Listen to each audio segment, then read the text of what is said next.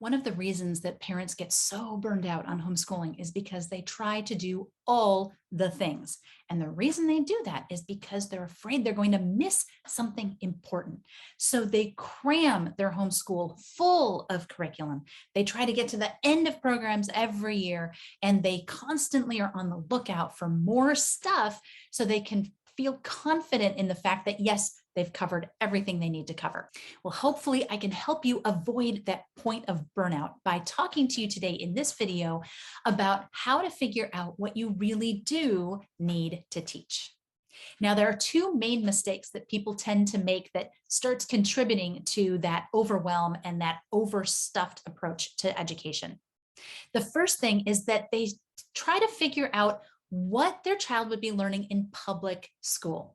They go, okay, my child is 8. They would be in second grade this year. Okay, what are they learning in second grade at the school that they would be at if they were going to public school? Well, here's the thing. Public school teaches a lot of very unnecessary stuff, particularly in the earlier years. Much of what they do is crammed in there literally just so they can make the day long enough to justify having your child there from 8 till 3 or whatever the time is. So don't make the mistake of trying to align your homeschool with public school. And while you're at it, also think about getting rid of those grade level labels altogether. It doesn't actually have any bearing on education outside of the public school system. So it doesn't matter if your child is in first grade or fifth grade or ninth grade or whatever, because there is no such thing as an official standard education for each grade level. So you can get rid of that concept. You can stop scouring all these website articles about what your second grader needs to know. There is nothing that your second grader specifically has to know. There are things that your child needs to know eventually that make sense to be taught at certain stages of life, but second grade is not a developmental level. It is a public school construct, and it has nothing to do with true learning. So get rid, first of all of the grade level focus and just pay attention to the things that we're going to talk about in just a minute. The second mistake that so many parents make is that they assume that if they buy an all-in-one curriculum, something that has every subject included, that means they have to do everything that comes with it. But again, here's the thing.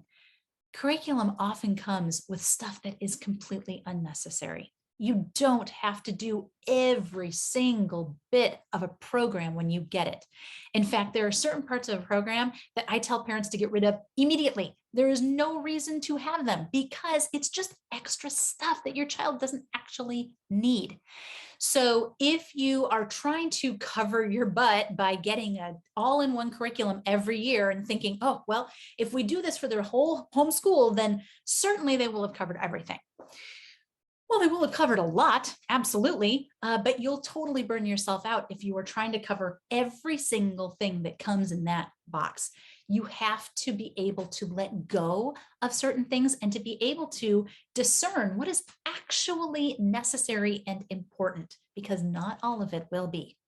So how do you figure out what specifically to teach? Well, the first thing you need to do is start with your state laws, because in some states, there are some very specific requirements of what children have to learn. Now, most of the time, it does not say when they need to learn them.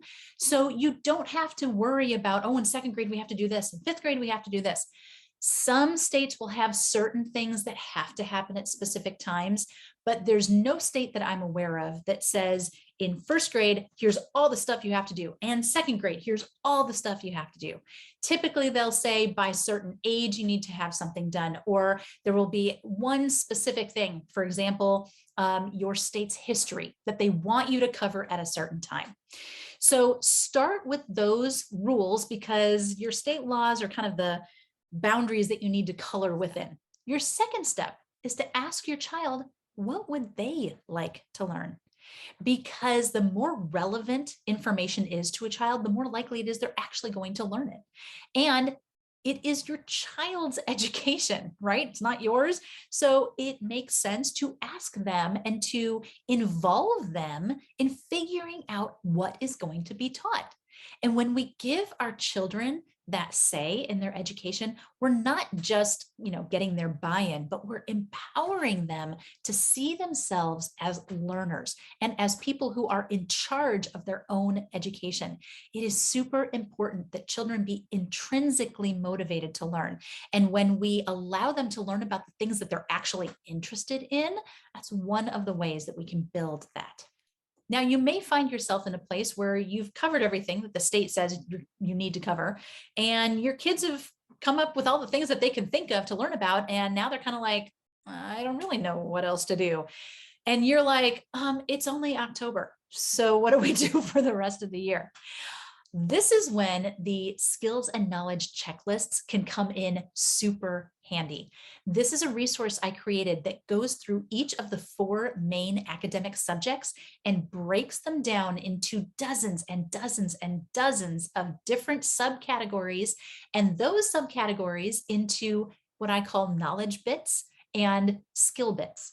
And these are little building blocks of information that you can use to help your children find things that they're interested in, to expose them to things that they would normally maybe never have become exposed to, and to help your family decide, hey, what else are we going to learn about? You can get all 4 of the checklists together, or you can get them individually if you want to just focus on one particular area like history or science. And the beauty of these is that you print them out once and then they become your record for the child's entire educational career, for lack of a better word. So you can see at a glance, what has your child already been exposed to and what areas have they not dabbled in at all? And that can help you to kind of fill in those blocks of time when you're not really sure what else to teach and your child doesn't really have anything that they're dying to learn about. And your curriculum is maybe kind of gotten dry and you're not real excited about it. And you've already done everything the state needs you to do. The skills and knowledge checklists also take a huge weight off your shoulder when it comes to worrying about what you've forgotten. You can look at those checklists and know all of the stuff that's out there to be learned. No, the information itself is not there, but the categories are. And so you can look and say, okay, well, you know what? We've covered these categories. I think we're good here. We've covered these, we've covered these. This is not something my child will ever need to learn. And so we're not even going to worry about that. So it takes away that fear of, I'm going to forget something. You're not going to forget when you've got all of the possibilities laid out in front of you that you can pick and choose from in a way that makes sense for your kid and your family. So if you have ever struggled to know what exactly you should be teaching and how to figure that out, I hope that this has been helpful in kind of giving you some guidance in that area. Thanks so much for watching. Make sure you subscribe and I will see you again soon. Bye.